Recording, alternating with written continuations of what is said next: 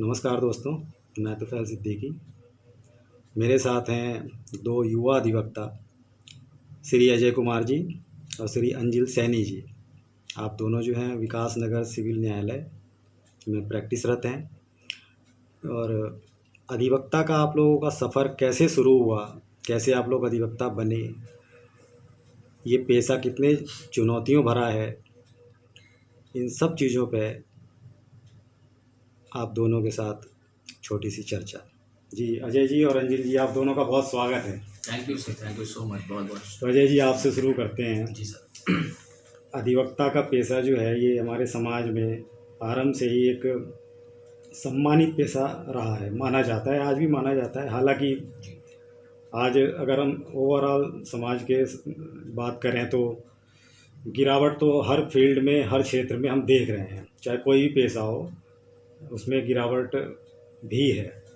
उसके बावजूद अधिवक्ता का जो पेशा है वो एक सम्मानित पेशा है, पढ़ाई लिखाई करने वाला पेशा है। बहुत सारे लोगों को लगता है कि अरे अधिवक्ता बन गए तो बस अब चांदी चांदी है, लेकिन मैं ऐसा मानता हूँ कि ये बहुत मेहनत का पेशा है। 24 आवर काम करने का अगर पेशा कहें तो मुझे लगता है कुछ गलत नहीं होगा। अजय जी, मैं आपसे शुरू करता हूँ और मैं पूछना चाहूँगा कि अधिवक्ता आप बने कैसे? क्या आपके परिवार में कोई पहले अधिवक्ता रह चुका है या किसी से प्रेरित हुए, या बहुत सारे लोग हम देखते हैं कि चलते चलते वो कुछ बन जाते हैं, उनका कोई गोल नहीं होता है, कोई लक्ष्य नहीं होता है। तो जी अजय जी। बहुत बहुत धन्यवाद सिद्दीकी साहब, आपने हमें अपनी बात कहने का मौका दिया।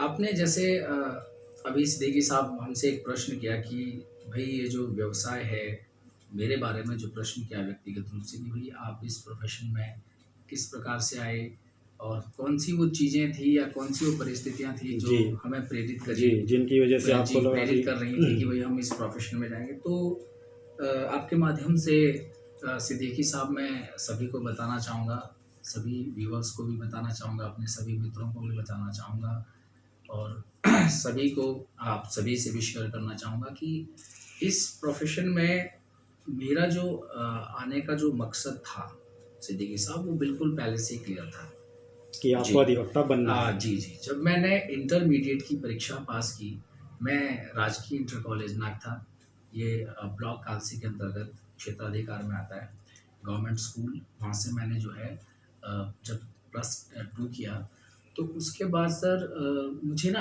पहले से ही लग गया था कि मुझे और चीज़ों में ना जाते हुए किसी दूसरे प्रोफेशन, किसी दूसरी जॉब, नौकरी, सरकारी सेवा इत्यादि इत्यादि में ना जाते हुए कुछ अलग करना चाहिए, क्योंकि मुझे उस समय ये सब चीज़ अलग लगती थी।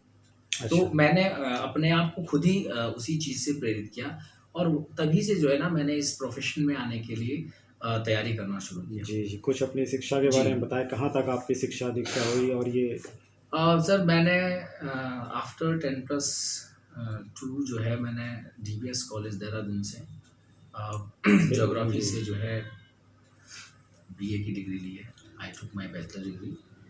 और उसके बाद सिद्दीकी साहब मैं आपको बताना चाहूँगा कि लॉ कॉलेज देहरादून से मैंने एक जो कि नॉर्थ इंडिया का सबसे बड़ा इंडिपेंडेंट कॉलेज है। देहरादून को वैसे भी शिक्षा का हब कहा जाता है। जी बिल्कुल राइट, बहुत बड़ा केंद्र है।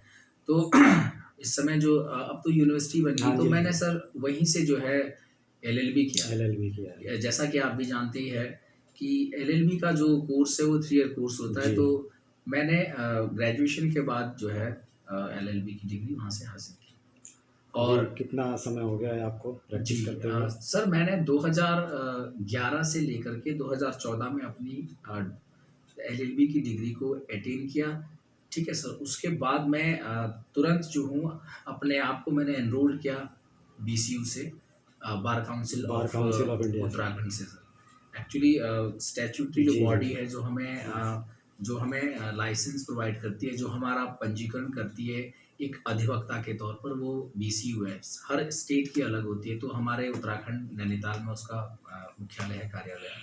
तो मैंने सर 2014 से जो है LLB करने के बाद जो है अपने आप को एनरोल किया एज एन एडवोकेट, और मैं तब से जो है इस प्रोफेशन में जी। प्रैक्टिस कर रहा हूँ। ठीक है अजय जी, हम अंजिल साहब के पास आएंगे। अंजिल साहब, आप बताएं कैसे अधिवक्ता का ये सफ़र आपका चला और कैसे आपकी शिक्षा दीक्षा और कैसे आप प्रेरित हुए, या आपके भी घर में कोई अधिवक्ता था या है, और इस ओर आने का जो मुख्य कारण था, या आप चलते चले और एक मंजिल आपको मिल गई। जी एक्चुअली में होता क्या है, जनरली सबकी शिक्षा ऐसे ही शुरू होती है स्टार्टिंग में। हाँ, शुरुआती बिल्कुल, जो right, शिक्षा right. है वो तरीके से सामान्य होती है। सामान्य रहती है। उसमें अंतर ये रहता है, जैसे अभी अजय जी ने कहा कि मैं ग्रेजुएशन वहाँ से जी, की, जी। वहाँ से मैंने लॉ की। मेरा जो सफ़र रहा है शिक्षा का वो बहुत ही कठिन रहा है, क्योंकि जब मुझे अपने आप को पाया कि हाँ मुझे शिक्षा पानी है, उस टाइम मैं लगभग 5 वर्ष का रहा हूँ। जी जी जो हमारे गांव में मेरा वर्ग जो है गांव का बहुत पिछड़ा हुआ है, यानी कि उत्तराखंड का यूपी का लास्ट ही गांव मान लो मेरा जो है। सुनने में आता था कि लखनऊ से योजना चली, वहां तक आते आते अच्छा, आर्थिक खत्म। स्थिति की वजह से आप उसको कह रहे हैं कि वो जी, कठिन रहा है। कठिन रहा है। काफ़ी आर्थिक कठिनाइयों का सामना आपने किया। बिल्कुल बिल्कुल। जी जी जी। और मैं आपको बताना चाहूँगा, मैंने इतनी आर्थिक कठिनाइयाँ देखी कि मेरे पास क्या, मेरे घर वालों के पास मेरे फीस तक के पैसे नहीं होते थे। बताइए। तो मैं- ये आपकी बात मुझे, वही मैं कह रहा हूँ कि समाज जी। में ये सब चीज़ें ये जानी चाहिए। बहुत सारे जी। लोगों को इससे प्रेरणा मिलेगी कि एक व्यक्ति के परिवार के पास जो है फीस भरने के भी पैसा नहीं। एक समय ऐसा था जो पैसा नहीं था, पैसा लेकिन आज उसी परिवार से एक उसी व्यक्ति जो है अधिवक्ता जैसे सम्मानित पद पद पर हैं। कार्य कर रहा है। जी जी। तो मेरा सफ़र होता है मिर्ज़ापुर से शुरू। मैंने हमारे गांव में एक स्कूल था 5 तक, उसे प्राथमिक विद्यालय से मैंने सफ़र शुरू किया अपना। उसके जी। बाद फिर मैं 6 से लेकर 12 तक बेहेट में एक जनता इंटर कॉलेज नाम से स्कूल था। किस साइड से पढ़ाई की आपने, हाई स्कूल और इंटर? मैंने इंटर कॉमर्स से की। उसके अच्छा। बाद फिर मैंने HNBU डाकपत्थर से अपनी ये ग्रेजुएशन। रुझान कैसे हुआ आपका अधिवक्ता की तरफ कि आपको लॉ करना है, अधिवक्ता बनना है? एक्चुअली में क्या था कि मैं बनना तो चाहता था, आई वाना बी एक ग्रेट लीडर, माने एक महान राजनेता बनना चाहते नेता बनना। थे। सैनी साहब का कहना है कि उनको पॉलिटिक्स में जो है काफी बहुत इंटरेस्ट interest है। राजनीति में आपकी रुचि थी, और आप रुचि मेरी इसलिए थी क्योंकि मेरे अंदर एक आग समझ लो से एक जुनून था कि मैं समाज सेवा कर सकूं। लेकिन फिर आपने वहाँ कॉमर्स, तो आप उस तरह के विषयों पर आप क्यों नहीं गए? इतिहास, नागरिक शास्त्र, समाज शास्त्र, आपने कॉमर्स लिया, फिर आपकी रुचि राजनीति में थी, लेकिन पढ़ाई आपने फिर LLB की। थोड़ा सा इस पर प्रकाश डालें। क्योंकि जब मैंने 10th किया उसके बाद मुझे लगा कि यार मैं तो BA करूंगा, मैं तो नेताओं के साथ 10th में भी आपके पास कॉमर्स थी। हाँ। उसके बाद फिर पहले मुझे से लगा चल कि रहा भाई था। घर की आर्थिक स्थिति को संभालना है। मुझे लगता था कि मैं 12th करूंगा और किसी कंपनी में जाऊंगा और 10-5 हज़ार रुपये की नौकरी मिलेगी, ताकि एक परिवार को आर्थिक सहायता मिल मिल सके। सके। उसके बाद होता गया, मैं कंपनी गया। मेरी उस टाइम ग्रेजुएशन पूरी हो चुकी थी। वहाँ मैं कॉमर्शियल मैनेजर असिस्टेंट रहा।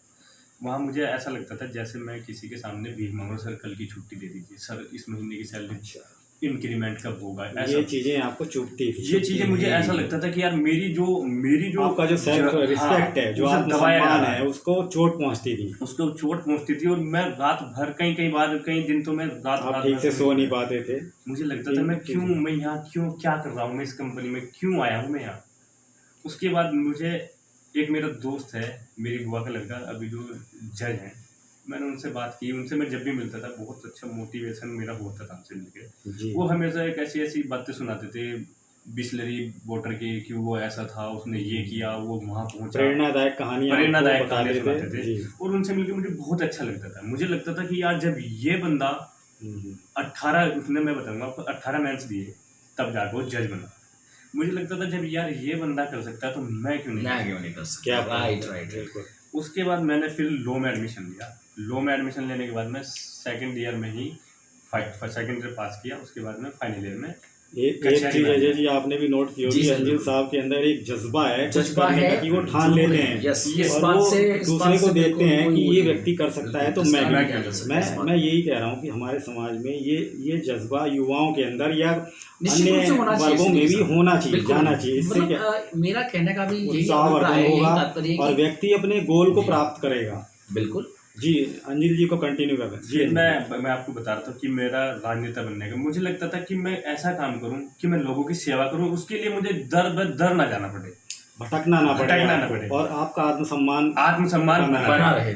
लगता था कि आप मेरा एक एक सम्मानित हाँ। रोजी रोटी या पैसे की तरफ सम्मानित जाना रोजी रोटी तो मैं चाहता ही हूँ, उसके साथ साथ मैं एक गरीब वर्ग की हेल्प कर सकूँ। अच्छा, मेरा क्या ये था। बात है, देखिए उसके कितनी बाद बढ़िया बात है। यही एक मकसद होना चाहिए हर हम जो आजकल व्यवसाय एक का, चीज़ हर है जॉब कि का। आप भी जी, जी, नोटिस जी, कर रहे जी। होंगे कि हमारे समाज में अक्सर ऐसी चर्चाएं हम सुनते हैं, देखते हैं, अखबारों में, पत्रिकाओं में पढ़ते हैं कि समाज के विभिन्न क्षेत्रों में बहुत गिरावट आ रही है और तेज़ी से आ रही है। जी। एक सामान्य सा कथन होता है कि हम घोर कलयुग में जी रहे हैं। हाँ हाँ हाँ, एक अमूमन लोग लेकिन अक्सर कहते देखिए हैं एक लोग इस समय तरह से। चक्र है, वो जी, समय चक्र चलेगा, चलेगा चलता रहेगा। और समय के अनुरूप ही चलेगा। समय अगर हम अनुसार ही मान लें कि चलेगा। हम घोर कलयुग में ही जी रहे हैं, तब भी हमारे सामने आप जैसे युवा हैं जिनके अंदर आत्मसम्मान है, जिनके अंदर सेल्फ रिस्पेक्ट के लिए कुछ कर गुजरने की चाह है। कर गुजरने की चाह तो मैं बताऊं आपको, मेरे अंदर शुरू से ये था कि मुझे कुछ करना है, मुझे कुछ करना है, क्या बात है, मुझे कुछ करना। मेरे अंदर से हमेशा मेरी जो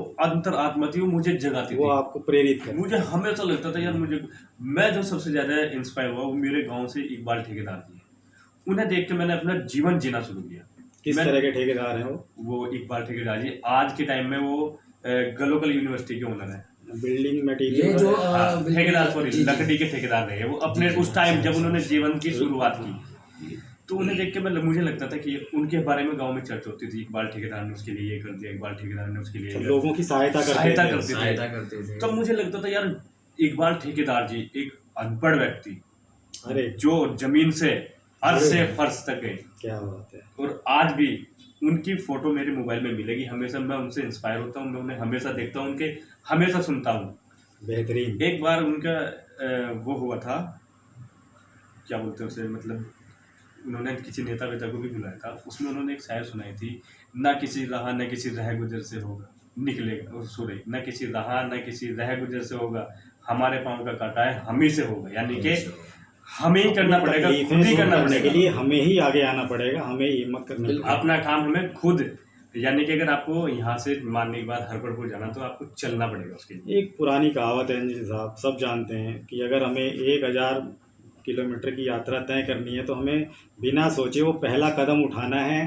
पहला कदम उठाते ही वो हमारी यात्रा समाप्ति की ओर बढ़ने लगती है। बिल्कुल राइट। तो ऐसे ही सफ़र स्टार्ट रहा।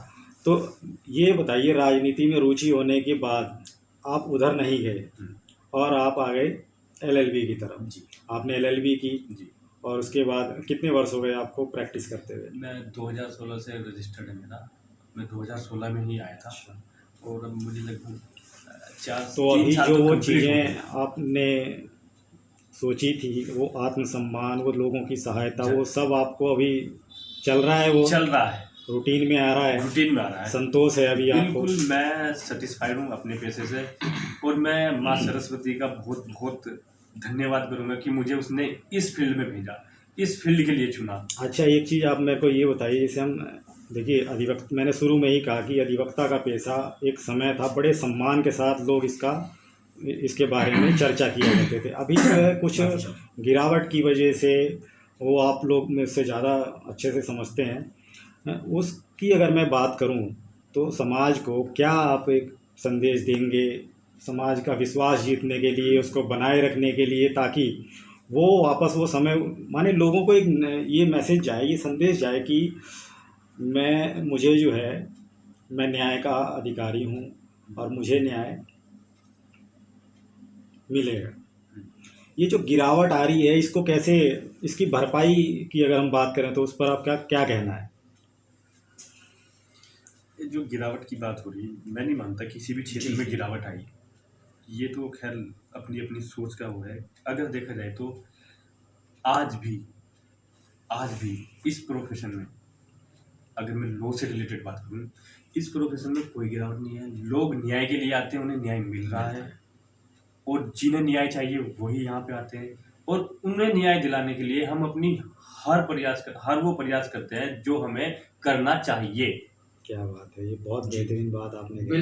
बिल्कुल ये नज़रिया जो है समाज को सिद्दीकी साहब, मैं जी एंजल साहब की बात को थोड़ा सा आगे बढ़ाना चाहूँगा। मेरा खुद का भी इस जो आपने ये प्रश्न किया, जो क्योंकि सामाजिक सरोकार से सामान्य प्रश्न है और सामाजिक सरोकार से जुड़ा है, और बहुत अहम सवाल है कि कि एक इमेज क्या होना चाहिए हाँ जी। किसी भी एडवोकेट का। और बिल्कुल हमारे एंजल साहब ने जो कहा, मैं तो इवन सोसाइटी को ये मैसेज देना चाहूँगा आपके माध्यम से कि आप बिल्कुल भी अधिवक्ता के विषय में इस तरह से ना सोचें, क्योंकि अधिवक्ता कौन है? वो आप हैं, वो आप खुद आप हैं। आपकी वो जो बात है, आपके जो तथ्य हैं, आपकी जो परिस्थितियां हैं, आपका जो डिफेंस है, आपका जो वाद है, आपका जो प्रतिवाद है, वो माननीय न्यायालय के सामने रखने का आपके या किसी माध्यम उचित से, फोरम में आपके के सामने माध्यम रखने से का जिसे हम न्याय एक माध्यम है। वो रखता है। जी, जी। आप लोग केवल एक माध्यम यस, माध्यम यस, है यस, अपने हम लोग क्लाइंट माध्यम की हैं। हम माध्यम बात भी को हैं, रखने मात्र के लिए। माने कि सिद्दीकी साहब, हमारा अपना कोई भी कथन नहीं होता माननीय न्यायालय के सामने। हम केवल अपने जो हमारे मुवक्किल होते हैं, हम जो वादकारी होते हैं, हम उनकी बात आवाज को बनते रखते हैं, हैं, उनकी उनकी आवाज आवाज बनते हैं। बिल्कुल। अब जैसा कि आप जानते हैं कि अधिवक्ता कौन है सर? अधिवक्ता है one who is authorized to जी स्पीक जी जी, जिसे अधिकृत किया गया हो हमारी तरफ से बोलने के लिए, और किसी भी कॉम्पिटेंट क्योंकि कानूनी प्रक्रिया जो है एक जी। जटिल प्रक्रिया है जी, जी। और कोर्ट के पास समय कम होता है। समय कम होता है एक और बहुत सामान्य ज्यादा नागरिक, burden है सर, सामान्य बहुत व्यक्ति burden को है। कानून की तकनीकी जानकारियां नहीं होने नहीं के हो कारण पाती। जी, जी। ये एक प्रक्रिया का हिस्सा है और आप लोग उसमें एक माध्यम है, हम लोग मात्र क्योंकि माध्यम आप लोगों ने उसका विशेष अध्ययन किया है। विशेष अध्ययन। एक सामान्य नागरिक ने, एक सामान्य व्यक्ति ने छोटी सी अगर मैं विशेष जवाब अध्ययन, दूं, तो जी जी, एक आम आदमी की आवाज बन के बिल्कुल न्याय इसको दिलाना। संक्षेप में अगर कहेंगे तो यही बात क्योंकि है। आप लोगों को Right. विशेष अध्ययन के कारण विशेष जानकारी होती है, प्रक्रियाओं की जानकारी होती है, विशेष तकनीकों अध्ययन की से मतलब आपको मैं बताऊंगा मात्र विधि जी विधि की हाँ जी, हाँ जानकारी। जी, विधि, इसके अलावा विधि की जानकारी, क्योंकि विधि की जिससे जानकारी एक के आम कारण आदमी कि एक आम आदमी को उसके बारे में कुछ नहीं पता। उसको नहीं मालूम होता है। उसकी वजह से आप लोग व्यक्ति आपको अपॉइंट करता है और आप उसकी बात को माननीय न्यायालय के समक्ष रखते हैं। उनकी बात को कह सके माननीय न्यायालय के सामने। बाकी देखिए, अगर मैं वही सिद्दीकी साहब जो आप अभी पूछ रहे थे, जी, अब जैसे किसी भी व्यक्ति के साथ कभी भी समाज में कुछ उसकी हानि होती है, हानि इन द सेंस कि लॉ की भाषा में इंजरी, हानि, ये सब लॉस से रिलेटेड बात है। वो किसी भी प्रकार की हो सकती है, आर्थिक हो सकती है, सामाजिक हो सकती है, राजनीतिक हो सकती है, या शारीरिक हो सकती है, या मानसिक हो सकती है। विभिन्न प्रकार के में उसका वर्णन किया गया, उसका शाब्दिक अर्थ लगाया जाता है। तो अगर किसी व्यक्ति को हुई है तो वो व्यक्ति सबसे पहले जैसे किसी भी वकील के पास आएगा और वकील साहब से अपनी बात कहेगा कि सर ये इस तरीके से मेरे साथ हुआ है एक मामला है और मुझे इसमें उचित अनुतोष चाहिए और मुझे माननीय न्यायालय से इसमें ये चाहिए कि वो लोग ऐसा ना करें, मेरे खिलाफ ये ना करें, और पुलिस प्रशासन मेरे को प्रोटेक्ट करें, सेफ एंड सिक्योर करें। तो ये क्या है सर? ये मकसद, विधि का मकसद यही तो है कि सामाजिक सुरक्षा, राजनीतिक सुरक्षा, न्याय देना समाज को, बैलेंस करना सोसाइटी को। तो अधिवक्ता के पास जब वो अपना नैरेटिव लेके आता है सर, तो अधिवक्ता उस नैरेटिव को कानून की भाषा में अपने क्लाइंट को, मुवक्किल को समझा देता है कि भाई आपके केस में ये सब तमाम चीज़ें आ पा रही हैं, ये सब विधिक तथ्य सामने आ पा रहे हैं। तो हमारा काम सर यही रहता है कि हम उस व्यक्ति विशेष के, जो आहत व्यक्ति है, क्षत व्यक्ति है, उसकी उस बात पर उसकी उस बात को कानूनी भाषा में जो है माननीय न्यायालय के सामने रखते हैं और देखो विधि अनुसार माननीय न्यायालय उसमें हमें अनुतोष प्रदान करते हैं। तो हम लोग बस एक माध्यम है, हम किसी की बात को अधिकृत रूप से जो है माननीय न्यायालय के सामने रखने के लिए। और उसमें कई बार ऐसा होता है सिद्दीकी साहब की विभिन्न प्रकार के जैसे मामले भी होते हैं और कई प्रकार के लोग भी हमारे पास आते हैं, उनकी अलग अलग समस्याएं होती हैं। तो हम लोग कोशिश ये करते हैं इस प्रोफेशन के मद्देनज़र, इस विधि व्यवसाय के मद्देनज़र कि क्यों एंजल साहब की हम उनकी बात को बहुत ध्यानपूर्वक सुनते हैं और ये जानने का प्रयास करते हैं कि इस व्यक्ति की व्यक्तिगत समस्या है क्या इस व्यक्ति के विरुद्ध अपहानि हुई है, हानि हुई, क्या लॉस हुआ है, उसका क्या डैमेज हुआ है। तो हम उस पर जो है पूरे फैक्ट्स उस बंदे से कलेक्ट करते हैं, उसका पूरा नैरेटिव समझते हैं, उसके बाद विधि अनुसार उस पर अध्ययन करते हैं। क्योंकि अब ये होता है कि कई बार देखा होगा कि मामला सिविल प्रकृति का भी होता है, मतलब माने कि कुछ ऐसे राइट्स की जो कि आपसी सहमति से आपसे उससे जो है निपटाए जा सकते हैं, कोई बड़ी बात ना हो। तो कभी कभी ऐसा भी होता है कि उस व्यक्ति के साथ कोई शारीरिक उसके खिलाफ कोई शारीरिक हानि हुई हो, उसकी उपलब्धि हुई हो, तो उसमें क्या होता है, अब हमें ये उसका नैरेटिव सुनने के बाद ही हम डिसाइड कर पाते हैं कि भाई हम कौन से स्ट्रीम में जाना होगा। कुल मिला के हम क्रिमिनल ये मैटर कह बनता है, सकते जी, हैं जी। कि तो वो काम हमारा यहाँ जी, से जी, शुरू जी, होता है सर, जी। जैसा कि आप अभी हमसे जानने की कोशिश कर रहे जी, हैं। जी, जी। अजय जी, हम एक चीज़ ये जानना जी, चाहते सर। हैं कि जैसे आजकल एक थोड़ा-सा हम 2-3 दशक पहले जाएँ तो अधिवक्ता हमारे समाज में जो है जी सर। गिने-चुने अधिवक्ता आते थे। हमें हमें लगता था कि अरे चलो अमुक व्यक्ति अधिवक्ता है, अमुक व्यक्ति अधिवक्ता है। लेकिन आजकल जैसे व्यावसायिक कोर्स की बात अगर हम करें तो उसमें एक ये बहुत सारे प्राइवेट कॉलेजेस आ गए हैं और अधिवक्ता की एक तरह से ये कहें कि बाढ़ आ गई। बाढ़ आ गई है। बाढ़ देखिए, आ गई। सामान्य भाषा में कहा जाए तो इसका जिसको आप कैसे देखते हैं। दूसरा इसी के साथ में ये कहूँगा कि ये जो नए अधिवक्ता आ रहे हैं, देखिए बाढ़ आने का मतलब ये मेरा बिल्कुल नहीं है कि नेगेटिव सेंस में नहीं है। नहीं, कॉलेज में विद्यार्थी जाएगा, पास आउट होगा, वो निकलेगा, वो अपने पेशे में जाएगा। वो कोई भी तबका हो सकता है, जी, जी। कोई भी वर्ग हो सकता है, और कोई भी पेशा हो सकता है। बिल्कुल। मैं ये पूछना चाहता हूँ कि जो नए अधिवक्ता आ रहे हैं इनके जैसे कि मैंने पहले कहा कि 24 आवर पढ़ने का, लिखने का और उसमें मेहनत करने का ये पेशा आप लोगों का है। तो नए अधिवक्ताओं में, नए युवाओं में पढ़ने लिखने का वो कितना, आप लोग भी युवा हैं लेकिन जी, आप जी। लोग प्रैक्टिसरत हैं, जी। आप लोग इस चीज़ को अच्छे से समझ चुके हैं। और अजय जी तो मैं बताना चाहूँगा नहीं, ऐसा कि अजय जी अध्ययन के मामले में अगर हम बात करें तो ये एक विशेषता उसमें रखते हैं अपने मित्रों के बीच भी। तो अजय जी थोड़ा सा आप बताइए, नए युवाओं में पढ़ने लिखने का कितना कमी है या वो लोग कर रहे हैं उतना जितना कि ये पेशा मांग करता है? जी, जी। हौसला अफ़ज़ाई करने के लिए नहीं, बहुत-बहुत नहीं, शुक्रिया जी। सिद्दीकी साहब। लेकिन थोड़ा-सा मैं आपकी बात को करेक्ट करना चाहूँगा। जी, माफ़ी जी, चाहता जी, हूँ, नहीं। गुस्ताखी के लिए माफ़ी चाहता हूँ।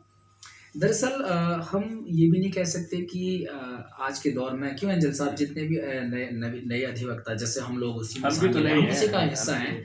जैसे हम लोग आ रहे हैं इस प्रोफेशन में, तो ऐसा नहीं है कि कहीं अध्ययन की कमी है। अब देखिए, ये तो व्यक्तिगत रूप से डिपेंड करता है।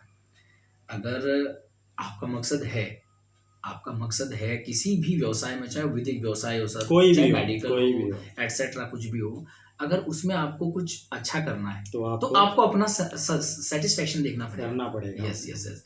यानी कि आपको अपने अध्ययन से खुद अपने आप को संतुष्ट करना पड़ेगा। मेरा अपना ये मानना है। जी, जी, तो बिल्कुल। थोड़ी बहुत कमी हो सकती है हम लोगों में, जैसे आजकल हम नए लोग आए हैं इस व्यवसाय में, उसकी क्या बोलते हैं, तजुर्बे की कमी, तजुर्बे की कमी, तजुर्बा, लेकिन अनुभव, तजुर्बा तो और- उसकी थोड़ी बहुत कमी है। लेकिन अध्ययन के विषय में आपने कही, देखिए सिद्दीकी साहब, आप अगर इंडियन एडवोकेट एक्ट्स 1961 को पढ़ेंगे, आप जब निश्चित रूप से पढ़ेंगे, क्योंकि अब मुझे भी जी, अच्छा लगेगा प्रयास आप करूंगा। मेरी जी, बात बिल्कुल। जी, को आप जी। मानेंगे। जी, तो उसमें कुछ एथिक्स के बारे में बताया गया है। जी, तो एथिक्स हर व्यवसाय के लिए होते हैं, बिल्कुल। चाहे वो आप मेडिकल में हो, कोई भी चाहे हो, आप शिक्षा जगत से हो, सरकारी सेवा में हो, सरकारी सबका एक सेवा में हो, मैनुअल सबका होता है। एक मैनुअल होता है। और हमारा भी कोडिफाइड मैनुअल ऐसा नहीं है, हम उसके लोगों के लिए अनुसार आपको कार्य स्टैट्यूट करना बना हुआ है, पड़ता एक स्टैट्यूटरी प्रोविजंस है, लेकिन उसमें एथिक्स को बिल्कुल अलग तरीके से बताया गया है।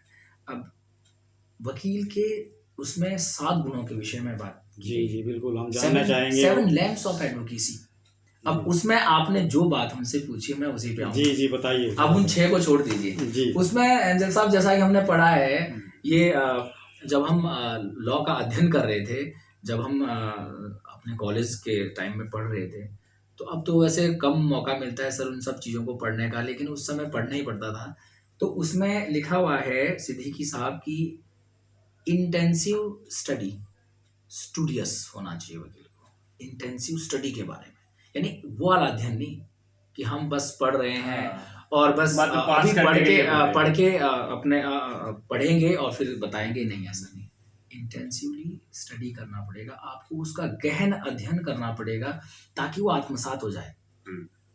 जी, यही मकसद हर एक विद्यार्थी का होना चाहिए। जैसे हम लोग एक लॉ हाँ। के स्टूडेंट मानते हैं, हम आज भी अपने आप को लर्नर के रूप में ही समझते हैं। हम्म। और आप जैसे कई विद्वान लोगों से हम बहुत सारी चीज़ें सीखते चले जाते हैं। हमारे विद्वान अधिवक्ता हैं एंजल साहब, मेरे मित्र भी हैं, और हमने काफ़ी समय हो गया हम दोनों को एक साथ काम करते हुए। एक साथ काम करने का मतलब कि वही होता है कि कुछ चीज़ें मैं इनसे सीखता हूँ और हो सकता है कुछ चीज़ें मैं इनको समझाने का चलिए, सिखाने का बेहतरीन, प्रयास बहुत करता हूँ। बेहतरीन। तो स्टडी के मामले में सर कॉम्प्रोमाइज़ बिल्कुल नहीं है। मैं बिल्कुल अपने जैसे सभी बहरहाल युवा हम ये साथियों कह सकते हैं कि को आप किसी भी क्षेत्र में हो, आपको उस क्षेत्र की जो मांग है हाँ, उसको पूरा उसको करना बिल्कुल, पड़ेगा, पूरा करना पड़ेगा और और आपको उसके अनुसार आपको जिस चलना क्षेत्र में हो पड़ेगा। आप जी, मात्र अपना पूरा फोकस उसी उसी पे क्षेत्र करना में पड़ेगा। उसी रहेगा। क्षेत्र में देना पड़ेगा। तो इससे एक युवाओं में भी संदेश जा रहा है, जो नए विद्यार्थी आप कह सकते हाँ, हैं, मतलब हम वो अपने आप माध्यम लोग- से अपने आप हाँ, को और अपने साथ जितने भी हम जी, नए जो युवा लोग- अधिवक्ता हैं, जो हम ये अन्य संदेश देना चाह रहे हैं अधिवक्ता, कि हमें युवा बिल्कुल आपको जो बहुत बनना है, गहराई से पढ़ना आपको पड़ेगा। जो बनना है वो बनो। ये जो- नहीं कि 1 घंटे बाद आप सिंगर, 1 घंटे बाद आप टीचर, 1 घंटे बाद आप फुटबॉलर ना। ये नहीं होना जिस चाहिए। क्षेत्र में आप हो एक उसी क्षेत्र क्षेत्र विशेष में अपने चुनना आप को पड़ेगा फोकस आपको। रखो, उसी पे रखो। चलिए, हम उम्मीद करेंगे कि जो नए अधिवक्ता कॉलेजेस से निकल रहे हैं, निकलने वाले हैं, और जो अन्य नए अधिवक्ता काम कर रहे हैं, प्रैक्टिस में हैं, जूनियरशिप में हैं, वो आप लोगों की बातों से प्रेरणा लेंगे, जी। अच्छे नहीं, संदेशों को ग्रहित वैसे करेंगे, सिद्दीकी और आप साहब, लोगों का भविष्य उज्जवल हो, वैसे और समाज का जो वर्ग न्याय के लिए माननीय न्यायालय में आए, वो न्याय को उसे न्याय मिले। बहुत धन्यवाद हमारे साथ बहुत बहुत चर्चा शुक्रिया में साहब, बने। थैंक जी। Thank you sir.